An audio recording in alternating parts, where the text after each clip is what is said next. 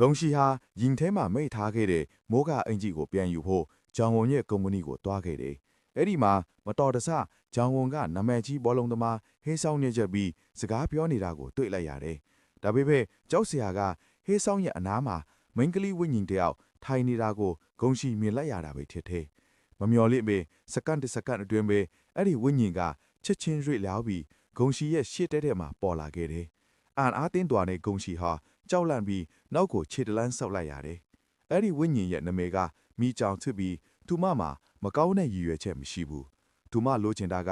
ဂုံရှိကတဆင့်ဟေးဆောင်စီကို message တခုပို့ပေးဖို့ပဲဖြစ်တယ်။အဲ့ဒါကတော့နှစ်ပေါင်းများစွာအရင်တုန်းကတစ်ပင်အောက်မှာလုတ်ခဲ့တဲ့ဂတိကိုမမေ့ဖို့ဆိုတဲ့အကြောင်းပါ။နှစ်များစွာအရင်တုန်းကမိကြောင်နဲ့ဟေးဆောင်တို့ဟာအရင်ချစ်ကြတဲ့ချစ်သူတွေဖြစ်ခဲ့ကြတယ်။အမတ်တရားတစ်ပင်အောက်မှာမိကြောင်ကလှုပ်ဝက်တိတ်တာလေးတစ်လုံးကိုမြုပ်ထားသည်နောက်တနေ့မင်းကငါ့ကိုစွန့်ပစ်လျင်ဒီတိတ်တာနဲ့မင်းကိုချင်းရောက်မယ်လို့အလွတ်သဘောပြောခဲ့တယ်။အဲ့ဒီအချိန်မှာဟေးဆောင်ကရေမောပြီးငါမင်းကိုဘယ်တော့မှမစွန့်ပစ်ဘူးလို့ခိုင်ခိုင်မာမာကတိပေးခဲ့တယ်။ဒါပေမဲ့အလွန်စိတ်ထိခိုက်စရာကောင်းတာက